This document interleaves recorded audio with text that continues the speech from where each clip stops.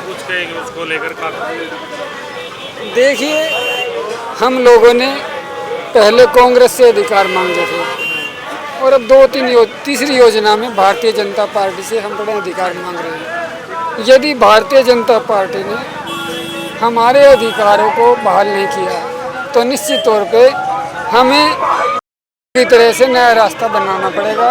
हम अपना राजनीतिक दल बनाएंगे, फिर हम कांग्रेस या भारतीय जनता पार्टी के साथ अपने अधिकार मांगने नहीं जाएंगे।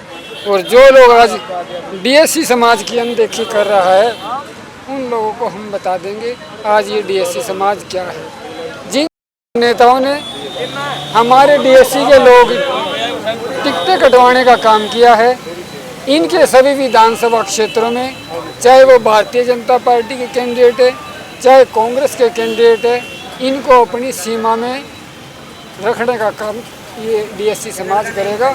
हम इन लोगों को, जो लोग हमें पर्दे के पीछे हमारे समाज के राजनेताओं की राजनीतिक हत्या कर रहे हैं, हम उनको जमींदोज कर देंगे। और ये 15 दिन बाद चुनाव आ जाएगा और आप देखेंगे, आज शैलजा को देख लीजिए, जब से डीएससी समाज के पीछे से हटाए आज शैलजा एक कमरे में बंद होकर रह चुकी है। आप अपनी शक्ति को पहचानिए और जब तक आप शक्ति सत्ता पक्ष को और विपक्ष को नहीं दिखाएंगे कोई बात आपकी सुनने वाला नहीं है।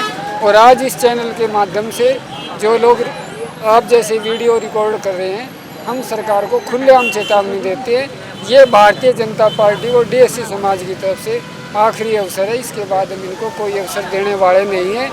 अभी परिवार पहचान पत्र के द्वारा, फैमिली आईडी के द्वारा जातिगत जनगणना हुई है, जिसमें डीएससी के लोग 33,74,000 पाए गए हैं, जबकि जाति के लोग 30,64,000 पाए गए हैं, जो 11.3 और 9.7 के हिसाब से इनकी आबादी बनती है। ये काशीराम और रविदास महाराज को अपना आदर्श मानते थे। रविदास महाराज ने एक बहुत ही सुंदर दोहा संकलन किया था, ऐसा चाहूँ राज में मिले सबन को अन्न, छोटा बड़ा सब सम रहे रविदास प्रसन्न। ना रविदास जी के हुए हैं, ना अम्बेडकर के हुए हैं, ना काशीराम के हुए हैं, क्योंकि काशीराम जी ने एक बात कही थी, जिसकी जितनी संख्या भारी उतनी उसकी हिस्सेदारी। जब हमारी एससी पॉपुलेशन में हमारी आबादी 11.3% आती है तो हमें 11.3 आरक्षण मिलना चाहिए, वो 8.7 आरक्षण मिलना चाहिए। और ये केवल नौकरियों में नहीं बल्कि राजनीतिक हिस्सेदारी भी हमारी बराबर की होनी चाहिए। आज आपके माध्यम से एक और मैं निवेदन करना चाहूँगा कि हम एससी सेल में काम नहीं करना चाहेंगे। अगर सरकार, भारतीय जनता पार्टी से हमारी और कांग्रेस से भी निवेदन है कि जिस तरह से एससी सेल को गठन किया जाता है, डीएससी सेल का गठन करे। हम डीएससी के लोग अपने अलग गठन में काम करेंगे, के साथ कोई राजनीतिक काम नहीं करेंगे। हाँ, भविष्य में यदि बात बनी, हम राजनीतिक तौर पे साथ राजनीतिक समझौता कर सकते हैं। अब हम इनके साथ कोई किसी भी तरह का सहयोग नहीं रखेंगे, चाहे इनकी शैलजा पीटे, चाहे अशोक तंवर पीटे, चाहे कृष्ण पवार पीटे, हमने कोई लेना देना नहीं है। मगर आज हम ये डीएससी का समाज स्वाभिमान के साथ अपने हकों के लिए खड़ा हुआ है। मैंने मुख्यमंत्री जी को एक बात कही थी कि जैसे आप लोग चाइना के संदर्भ में प्रधानमंत्री जी कहते हैं कि ये 1962 का भारत नहीं है, हम भी इस सरकार को ये चेता देना चाहते हैं, ये 2005 वाला डीएससी नहीं है जो आप लोग झूठ बोलेंगे और हम ताली पीट कर चले जाएंगे। अब हम किसी भी पार्टी को, चाहे वो कांग्रेस हो चाहे भारतीय जनता पार्टी हो, इनको सीमा में भागना हमें आता है। आज खुले मन से भाजपा को समर्थन किया गया है डीएससी समाज की। देखिए, ये समाज के कुछ लोगों में है सर। अगर भारतीय जनता पार्टी भी हमारा आरक्षण बहाल नहीं करते फिर कहाँ जाएंगे। इसलिए जिन लोगों ने भारतीय जनता पार्टी का ये सामाजिक मंच था, मैं कहता हूँ उन लोगों ने सामाजिक मंच का सही इस्तेमाल नहीं किया। अगर भारतीय जनता पार्टी हमें हित नहीं देती, क्योंकि भारतीय जनता पार्टी का समर्थन आज हमारी मजबूरी है। आज डीएससी समाज की समुद्र पे बैठे कबूतर जैसी है, चाहे वो 2 किलोमीटर उड़ ले चाहे 10 किलोमीटर उड़ ले, मगर उसको उड़ के वापस समुद्र के जहाज पे ही आना पड़ेगा।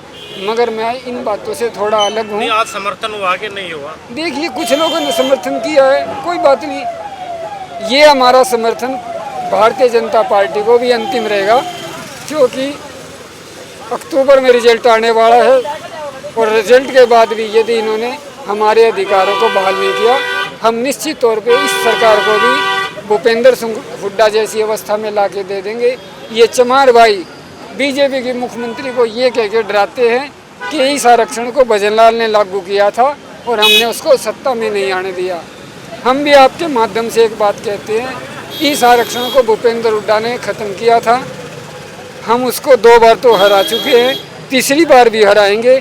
और यदि भारतीय जनता पार्टी ने इस आरक्षण को लागू नहीं किया, इस भारतीय जनता पार्टी और कांग्रेस को दोनों का एक सा ही फोटो बना देंगे और इनको शीशे में जड़ के सड़क की दीवारों पर चिपका देंगे। ये देवदास जी, आप कह रहे भूपेंद्र हुड्डा ने खत्म किया था, लेकिन उनसे मांग करेंगे लागू करने की भी? ऐसा है, जो वैसे तो राजनीति में कोई किसी का दोस्त नहीं होता और कोई किसी का मित्र नहीं होता। अगर भूपेंद्र सिंह हुड्डा अपनी गलती स्वीकार करे और हमारे हितों के लिए बोले, हम उस पर भी विचार कर सकते हैं। मगर आज जो परिस्थितियाँ हैं, जिस तरह से भूपेंद्र हुड्डा और कांग्रेस के बड़े बड़े नेता चुप्पी साधे बैठे हुए, हमें नहीं लगता कांग्रेस हमारे पक्ष में बोलेगी। अगर मैं लोकसभा चुनाव की चर्चा करूं, लोकसभा चुनाव में राहुल गांधी जी ऐसे संविधान उठाए घूम रहे थे कि देश में संविधान की हत्या हो रही है। आज मैं उनसे पूछना चाहता हूं, जब भारतीय संविधान की जीत हुई है, जब डीएससी समाज को उसके हितों का नौकरियों में अधिकार मिलने वाला है, आज वो माँ बेटा कौन से बिल में छिपे हुए हैं, जरा आकर बताए तो हम। फिर मैं आपके माध्यम से कहता हूँ, यदि भारतीय जनता पार्टी ने अब हमारे हकों को बहाल नहीं किया, जो चौधरी भजनलाल जी ने जो नोटिफिकेशन 1994 में लागू की थी, वास्तव में इस सरकार ने उस नोटिफिकेशन को बहाल करना है, नया कोई प्रस्ताव डालना नहीं। ये हमारे साथ टाल बाल करना बंद करे और हमारे अधिकारों पर स्पष्ट जवाब दे। फिर भी मैं कहता हूँ, ये अंतिम प्रयास है। अगर भारतीय जनता पार्टी अब भी अपने वायदे से मुकरेगी तो निश्चित तौर पे ये गलत में जाएगी। इसका नाम लेवा हरियाणा में कोई नहीं लेगा।